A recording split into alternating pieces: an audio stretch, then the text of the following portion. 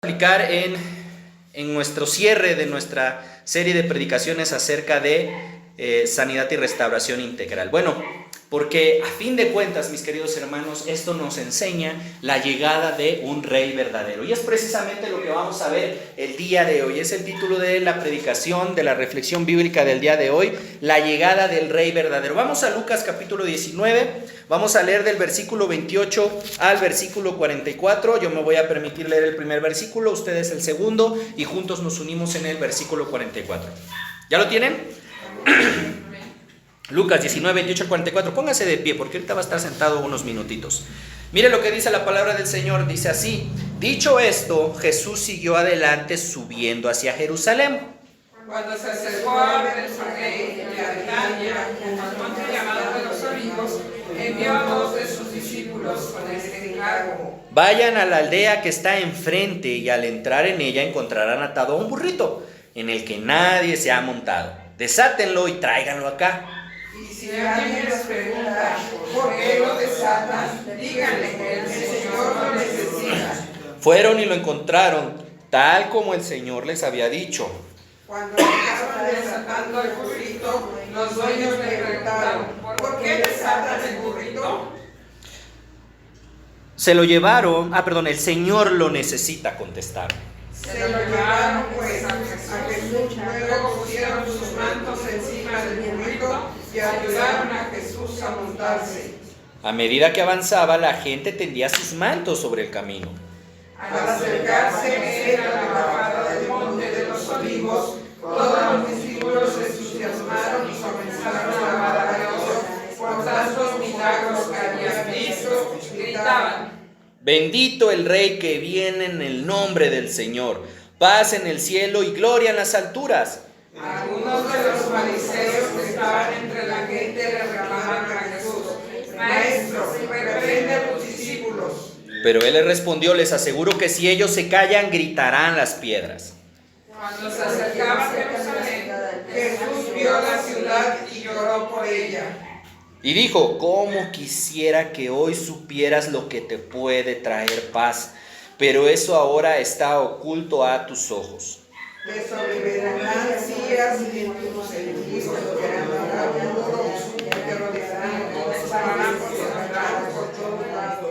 Juntos te derribarán a ti y a tus hijos dentro de tus murallas, no dejarán ni una piedra sobre otra, porque no reconociste el tiempo en el que Dios vino a salvarte. Puede tomar su lugar, querido oyente. Mira, esta mañana, como le dije, quiero terminar nuestra serie de predicaciones respecto a la sanidad y restauración, aprovechando que tradicionalmente hoy se celebra el Domingo de Ramos. Porque en base a lo que acabamos de leer, podemos aprender cómo la llegada de ese Rey verdadero puede sanar y restaurar completamente nuestra vida.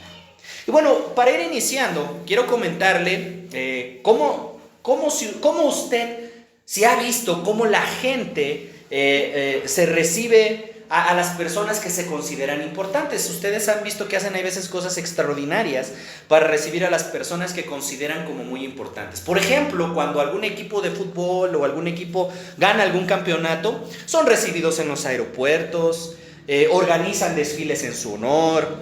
Las grandes celebridades han sido recibidas con papeles de colores, se les hacen unos desfiles para que pasen, y a algunos hasta se les entregan las llaves de la ciudad. A los gobernantes, a los reyes, se les recibe con alfombras rojas, con banquetes oficiales, con paseos y con grandes regalos. Incluso nosotros, cuando vamos a recibir visita a alguien que nosotros consideramos importante, hacemos un esfuerzo especial para hacer sentir bien a nuestros visitantes, ¿no? Ponemos al esposo a recoger todo su tiradero, a los chamacos a recoger todos sus juguetes. Queremos que todo esté en su lugar para recibir a alguien que consideramos importante. Bueno, en ese contexto, déjeme decirle que hace más de 2000 años, en lo que acabamos de leer, se nos relata cómo en esa fecha, que era muy importante para la ciudad de Jerusalén, porque iba a tener una visita especial. Un visitante especial iba a llegar en ese momento. Ellos no lo sabían, pero en ese día recibirían la visita de alguien que partió la historia de la humanidad en un antes de él y en un después de él. Mire, cuando vamos allá a la Biblia podemos aprender que esta persona había estado en la ciudad varias veces.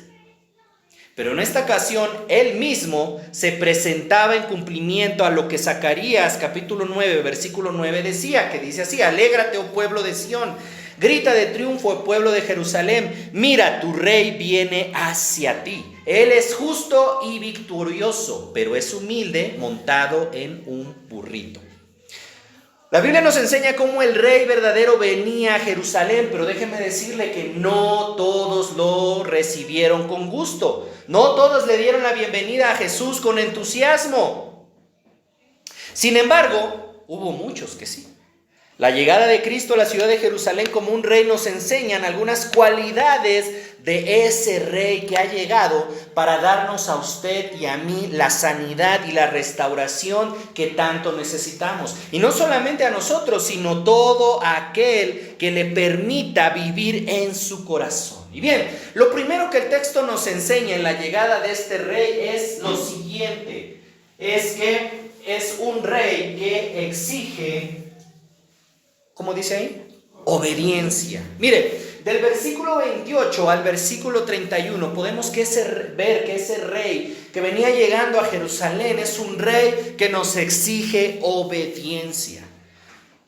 Cuando hemos escuchado, si alguna vez usted ha escuchado alguna reflexión bíblica de esto, se hace mucho énfasis en la humildad de Jesús cuando va a llegar a Jerusalén, y es verdad. Pero también en este evento podemos ver a nuestro Señor Jesucristo hablando con autoridad a dos de sus discípulos. Y quiero que note algo, querido oyente, porque es algo también que le he enfatizado muchísimo en estos días. ¿A quién manda Jesús? ¿A sus qué? A sus discípulos. O sea que no agarró a cualquiera que andaba por ahí, porque lo estaban siguiendo más de los creyentes, más de la multitud. No, él se dirige ¿a quién? A sus discípulos. Y ahí tenemos esa enseñanza bien importante, hermanos. El rey viene para todos, pero solamente se relaciona con sus discípulos. Jesús viene para todos, pero Jesús no tiene relación con todas las personas. Jesús solamente tiene relación con sus discípulos. Y recuerde que el primer paso para ser discípulo de Cristo Jesús es aceptarlo como único y suficiente Salvador. Se lo he dicho muchas veces, creyentes todos, hasta el diablo cree en Él, pero no le obedece. Pero solamente sus discípulos son aquellos que obedecen a Jesús. ¿Por qué? Porque los discípulos están dispuestos a obedecer. ¿Y por qué le comento esto, querido oyente? Bueno, es que a todos nos gusta la idea de un rey, pero nos gusta la idea de un rey como por ejemplo en España o en Inglaterra. ¿Sabe cómo son esos reyes de España e Inglaterra hoy en día? Son reyes de chocolate. Ellos no toman las decisiones, están ahí, la familia real está ahí, pero en esos países quienes toman las decisiones son los primeros ministros. Y entonces eso es lo que pasa con Jesucristo. A muchas personas nos gusta escuchar que es rey, pero no lo ponemos como rey en nuestro corazón. Sí, Señor, bueno, yo te conozco, ¿no? Yo voy cada domingo a la iglesia, yo voy a hacer esto, yo voy a hacer aquello, pero cuando se trata de entronizar al rey en nuestro corazón, no lo hacemos. El Señor es el rey verdadero que exige obediencia. Como le decía, eso pasa muchas veces en nuestra vida y en la vida de quienes son creyentes de Jesús y de Dios. Mire, si usted le preguntara a 10 personas que si creen en Jesús, que si creen en Dios, ¿qué creen que les dirán esas personas? Que sí, casi. Estoy seguro que 10 personas le dirán que sí. Pero Jesús nos está enseñando que Él es un rey que quiere llegar a gobernar, a guiar totalmente nuestra vida. No solamente basta con que digamos que creamos en Él, sino tenemos que permitirle que Él tome el control por completo de nuestra vida. Mire, solo Jesús merece toda nuestra obediencia. ¿Y cómo no hacerlo, querido oyente, si con su llegada a Jerusalén comienza esa culminación, ese último tramo de su plan redentor para usted y para mí? Si usted quiere ser sano, si usted quiere restauración en su vida, bueno, usted necesita aprender a ser obediente. Y amado, no estoy hablando de obedecer religiones, sino hablo de obedecer la palabra bendita. Eso es lo que nos enseña esta porción de la Biblia.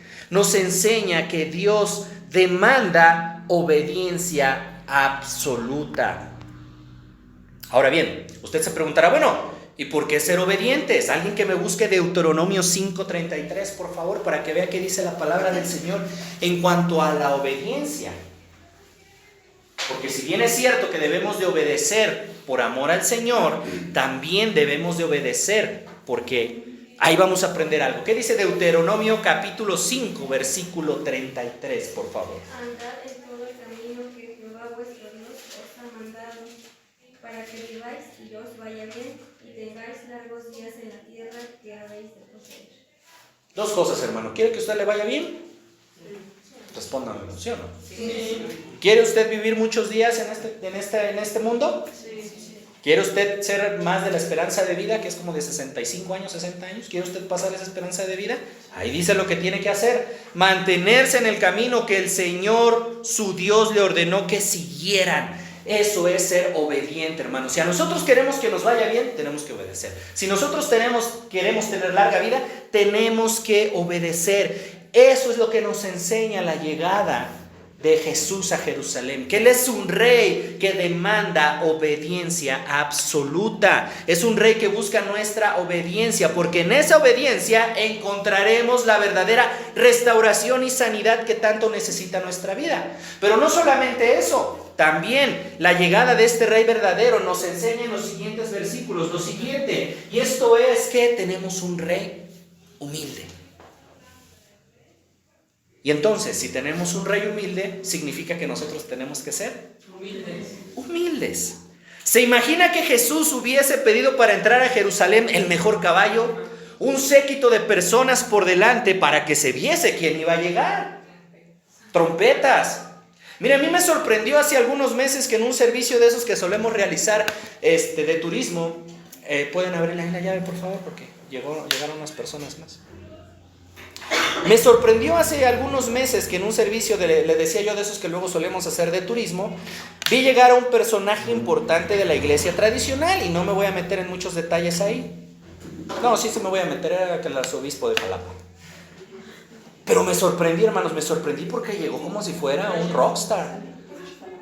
Llegó como, sí, pásenle chicos, pásenle, ya está la clase. Llegó como con 5 camionetas, con un montón de gente por delante. Y prácticamente así la gente se abrió, ¿no? Y yo me preguntaba y decía, pero ¿cómo llegamos así? Si el rey que nos enseñó, si el Señor Jesucristo jamás en su vida se presentó de esa manera. Jamás en su vida Él hizo esas cosas. ¿Por qué nosotros vamos a hacer algo que Jesús jamás hizo? Y mire, cuando regresamos a la historia bíblica, vemos cómo Jesús se sorprende a la multitud, porque se presenta con un pollino, con un asno, con un burrito. Ahora, usted tampoco aquí vaya a creer que el Señor mandó a que robaran a ese burrito, porque en la costumbre judía de aquella época se acostumbraba, valga la redundancia, decía un amigo, a que el burrito o cualquier animal estuviera a disposición de cualquier visitante. Así que no precisamente tenían que pedir permiso, solamente tenían que avisar que alguien lo iba a ocupar. Por eso es que el Señor les dice a sus discípulos, si alguien les dice algo, díganle que el Señor lo necesita. Y cerrando ese paréntesis, regresamos a esto, hermanos. La gente se sorprende cuando ve cómo Jesús entra en un burrito y no en un caballo, porque en el caballo lo hacían los grandes conquistadores y guerreros de su época. Pero al Jesús entrar con un burrito, estaba predicando con el ejemplo lo que había enseñado en Mateo 20, 26 y 27. Alguien que me lo busque, Mateo 20, 26 y 27, para que vea cuál es el ejemplo que usted y yo debemos de seguir, hermanos. ¿Qué es lo que usted y yo debemos de hacer como discípulos de Cristo Jesús? Y que también nos va a permitir, ¿cómo no?, acelerar ese proceso de sanidad y restauración. ¿Ya lo tiene alguien? Amén. ¿Qué dice? Pero entre ustedes no debe ser así, al contrario, el que quiera hacerse grande entre ustedes deberá ser su servidor, y el que quiera ser el primero deberá ser esclavo de los demás. Amén. Así es, amén. El Señor nos está enseñando a ser humildes. Y no solamente eso, queridos oyentes, también el Señor Jesucristo le estaba enseñando a las personas, y hoy nos lo recuerda a nosotros, que el reino de Cristo es un reino de paz, un reinado en el corazón. Miren, los judíos esperaban en ese momento que el Mesías llegara para librarlos del imperio romano, que llegara con poder, con un ejército y que hiciera una revolución. El Señor no llega a hacer eso. El Señor no venía como ese conquistador a liberar a su pueblo del gobierno de Roma, sino que venía a liberarlo de la esclavitud del pecado, de la condenación eterna. Y sabe, querido oyente, ese rey humilde que sin necesidad de hacerlo, porque déjeme decirle que Jesús no tenía necesidad de padecer todo eso, pero lo hizo por amor y por humildad. Decide entonces hacerse como nosotros para que entonces así usted y yo fuésemos redimidos por medio de su sacrificio, fuésemos salvos de la condenación eterna. La verdadera sanidad y restauración solamente la encontraremos cuando con humildad de corazón permitamos que Cristo Jesús tome el lugar que le corresponde en nuestras vidas. Eso es ser humilde. Ahora bien, continuamos en el texto, porque si seguimos analizando la palabra, podemos aprender un tercer punto que nos enseña esta porción bíblica respecto a la llegada de ese rey. Y es el penúltimo que vamos a ver. Vamos del versículo 36 al versículo 40. Y esto es que es un rey que demanda nuestra honra o nuestra alabanza, como usted le quiera poner ahí. En esta porción de la Biblia, hermano, yo quiero que notemos algunas cosas. Quiero que usted note que lo primero que los discípulos le entregan a Jesús, ahí en el versículo 36, ¿qué es lo que le entregan a Jesús los discípulos? ¿Sus qué? Sus mantos, hermanos. Ahora, a nosotros hoy en día podríamos decir que los mantos, pues, le entregaron un pedazo de trapo, su ropa. Pero en aquella época era muy probable que eso fuera lo único que los discípulos tuvieran en ese momento. Tal vez sus únicas posesiones. O sea, todo lo que tenían en ese momento se lo entregan a Jesús. Lo que nos lleva a aprender que nuestro Señor quiere que usted y yo lo honremos con todo lo que tenemos. Y al decir con todo, mis queridos hermanos, me refiero a nuestra vida, a nuestro dinero, a nuestro trabajo, a nuestro tiempo, con nuestra familia, con nuestros esposos, que todo lo que nosotros tenemos lo aventemos delante del Señor y le digamos: Señor, esto es tuyo. Ahora, sigamos aquí, queridos, porque notamos de nueva cuenta que quienes estaban dándole la honra al Señor, ¿quiénes eran? Los discípulos, no los que estaban presenciando el acto, no toda la gente, no todos los creyentes que estaban alrededor, sino los discípulos. Los discípulos eran los que alababan a Dios. En el versículo 37 lo vemos, en los demás evangelios se menciona que los discípulos decían Hosana. ¿Sabe usted qué significa Hosana? Le regalo 2 paletas a quien me diga qué significa Hosana. Casi. Media paleta para mis oídos. Hosana significa sálvanos, Dios, ahora.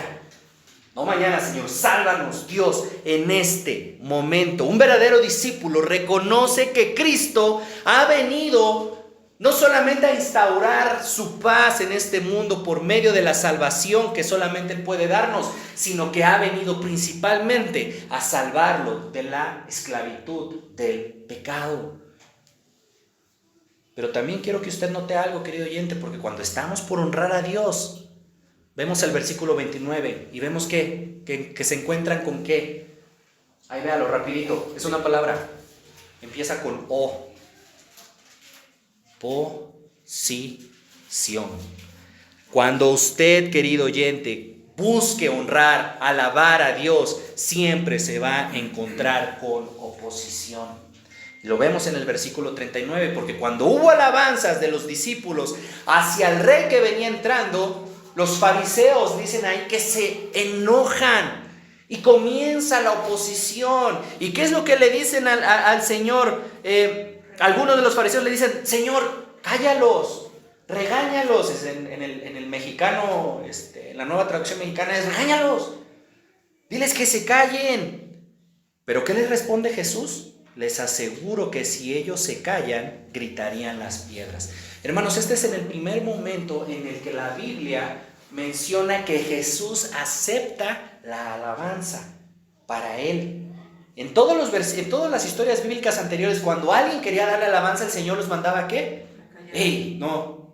Pero en este momento Jesús sí lo acepta porque era parte de su proceso, era parte de su plan. Y entonces el Señor les dice: ¡Ey! No, yo no los voy a callar, porque si ellos callan, las piedras, de cierto te digo, que van a comenzar a alabarme. Porque la creación también alaba al Señor. Y aquí podemos ver también que es un privilegio el que usted y yo podamos alabar al Señor, podamos darle la honra y gloria. Pero también vemos, hermanos, que cuando queremos servir al Señor, cuando queremos seguir al Señor, cuando queremos honrar a nuestro Rey verdadero, vamos a enfrentarnos oposición. Querido oyente, esto siempre va a suceder. Siempre vamos a recibir oposición cuando tú y yo decidimos honrar al único que merece la honra. Nos vamos a enfrentar a la oposición, primero de nosotros mismos. No, ¿para qué vas este domingo? Mejor vete al partido de béisbol. Mejor vete a la kermés, mejor vete a saltar ahí en el parque. Vamos a recibir oposición también de nuestro entorno, de nuestra familia. Nos va a decir mamá o el suegro: ¿para qué vas si sigues igual? Pues porque ya no quiero ser igual, voy a ir. Porque Jesús me está cambiando. ¿Para qué vas si ahí nada más te están lavando el cerebro? Yo no les estoy lavando el cerebro. La Biblia les está cambiando el corazón, que es diferente. No soy yo, es el Espíritu Santo. De la gente a nuestro alrededor, nuestra comadre, nuestro compadre, los vecinos van a decir: no, hombre, no vayas ahí con la maestra y con su esposo, están bien locos. ¿Quién sabe a quién adoran? Adoramos al único Dios verdadero. Finalmente, hermanos, vamos a recibir oposición del enemigo. El enemigo va a hacer todo lo posible para que usted no esté delante de la presencia del Señor. Recuerde, el enemigo, el problema no lo tiene con usted, lo tiene con Jesús. Es su acérrimo rival. Todo lo que huela a Jesús, a él le causa terror. Entonces va a buscar siempre que usted y yo no honremos al único Rey verdadero. Pero sabe, usted y yo debemos de persistir, debemos de continuar en el camino, tal como estos discípulos lo hicieron. ¿Por qué? Bueno, porque nuestra honra alaba el nombre de Dios y es un verdadero privilegio que usted y yo podamos hacerlo. Y finalmente, querido oyente, vamos a aprender una última característica de este Rey del que estamos hablando. Y esto es, mis queridos hermanos, me encanta esta. Me encantan todas, pero esta me gusta muchísimo, que es un rey compasivo. ¿Usted ha visto en las películas cómo son los reyes? La mayoría, ¿cómo son? Altaneros, soberbios, buscan todo para sí, que su reino prevalezca nada más, pero no le importa todo lo demás. El rey que nosotros venimos a adorar aquí no es así, es un rey compasivo. Cuando regresamos al relato bíblico, vemos cómo la gente incrédula no se da cuenta a quién tenía frente a sus ojos. Dice el versículo 41 que cuando Jesús se acercaba a Jerusalén, fíjese cómo dice ahí: Jesús vio la ciudad. ¿Y qué hace Jesús? Llora por ella. Y le dice: ¿cómo quisiera que hoy supieras lo que te puede traer paz? Hermanos, la gente que estaba en Jerusalén no sabía que su paz estaba pasando frente a ellos. Y sabe, querido oyente, esto es algo muy común porque la gente no quiere verdaderamente reconocer a Jesús. Pueden reconocer imágenes, pueden reconocer misterios, pueden reconocer sacramentos, pueden reconocer una religión. Incluso reconocen más a la Madre del Redentor que al mismo Redentor. Nuestro entendimiento, nublado por la atadura del pecado, no nos lleva a reconocer que solamente en Jesús podremos encontrar la verdadera paz. Mire cómo dice el versículo 42, se lo leo en la Nueva Versión Internacional: ¿cómo quisiera que hoy supieras lo que te puede traer paz? Pero eso ahora está oculto a tus ojos. Querido, este es un lamento del Rey de Reyes. Es un lamento de Jesús sobre su pueblo, pero también es un lamento de Jesús sobre cualquier corazón que no lo reconoce como único y suficiente Salvador. Querido, escúcheme esta mañana. Mire, Cristo es un Rey compasivo. Jesucristo es el único que puede darnos paz. ¿Usted ha reconocido esto en su vida? Yo espero que sí, y si no es así, la invitación está abierta. Esta mañana reconozca a Cristo como su Señor y su Salvador. Porque si regresamos a la historia bíblica, vemos cómo Jesús lamentaba que no lo recibieron con gusto. Por eso Jesús dice que lloraba al ver que en medio de tanta gente, que en medio de la gran ciudad, Y en unos cuantos días Él sería rechazado por su misma gente, crucificado y muerto. Del versículo 43 al versículo 44, la Biblia nos enseña que el Señor lanza una dura advertencia sobre esta ciudad. Y estas palabras de Jesús se cumplen unos 40 años después, cuando un general romano llamado Tito cita la ciudad de Jerusalén y la destruye. En aquella lucha cruel, más de 600,000 judíos murieron. Lo mismo pasa con usted y conmigo cuando no reconocemos a ese rey compasivo. Porque déjeme decirle que el rey es grande en amor, pero también es grande en justicia. Y jamás dice la palabra que va a tener por inocente a un culpable. Y nosotros hemos sido encontrados culpables del pecado que hay en nuestra vida. Sin embargo, Jesús nos ofrece libertad. Pero si no aceptamos a Jesús en nuestro corazón, tarde que temprano va a caer calamidad y va a caer destrucción a nuestras vidas. Por eso hoy tenemos que aprovechar la oportunidad de dejar que Cristo more en nuestros corazones para siempre. Desafortunadamente, la alabanza y la honra que el pueblo derramó sobre Jesús no fue porque le reconocieron como el salvador de su pecado. Muchos de los que estaban ahí le dieron la bienvenida como el resultado de su deseo de tener un libertador del Imperio Romano. Alguien que los llevaría a una rebelión y una libertad en contra del sistema implantado por Roma. Hay mucha gente que, a pesar de no creer en Cristo como el Salvador, no obstante, pensaron que quizás Jesús podría ser un gran libertador temporal para ellos. Y hay veces eso pasa en nuestras vidas, hermanos. Solamente lo seguimos cuando tenemos problemas. Señor, ya me libertaste del problema que tenía, pero soy como el pueblo de Israel. Ahí vuelvo a otros dioses, al dinero, al trabajo, al esposo, a la esposa, no sé. Pero luego regresamos cuando ya fuimos liberados temporalmente. Y esto son los que le aplauden como rey con sus muchos hosanas, reconociéndole como el hijo de David que venía en el nombre del Señor. Pero cuando Jesús no cumple sus expectativas, cuando Él se niega a liderar esa rebelión masiva en contra de Roma, entonces esos mismos rápidamente se ponen en contra de Él y en solo unos pocos días sus hosanas cambian a gritos de crucifícalo, como dice Lucas 23, 20, 21. Quienes antes lo aplaudieron como héroe, hoy lo rechazan y lo abandonan. Que eso no suceda en nuestras vidas, hermanos. Quiero ir terminando con esto, porque mire, hoy domingo se celebra el Domingo de Ramos. Pero si usted le preguntara a las personas que van con sus ramos, ¿por qué celebras esto?, estoy casi seguro que algunos les dirían, pues es el Domingo de Ramos, la entrada de Jesús a Jerusalén. Pero si usted le preguntara a estas mismas personas, bueno, ¿y eso qué significa en tu vida?, estoy casi seguro que se quedarían con cara de no saber qué contestar. La Biblia nos enseña en su palabra, en la historia de la entrada triunfal, que está llena de contrastes, por cierto, nos enseña varias aplicaciones para los creyentes.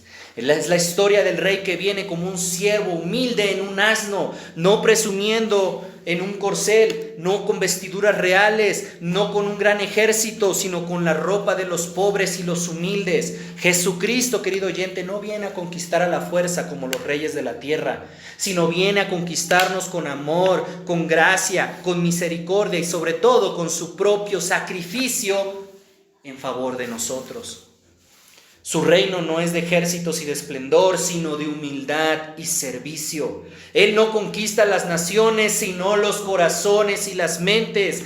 El mensaje de nuestro Señor es un mensaje para que tengamos paz con Dios. Y déjeme decirle que no es para tener una paz temporal, sino para tener una paz eterna, una paz que trascenderá aún después de nuestra muerte. Si Jesús ha hecho una entrada triunfal en nuestros corazones, Él debe reinar ahí por siempre y para siempre. Mi invitación esta mañana, querido oyente, es que este día reconozcamos la llegada de ese Rey verdadero. Póngase de pie, vamos a orar.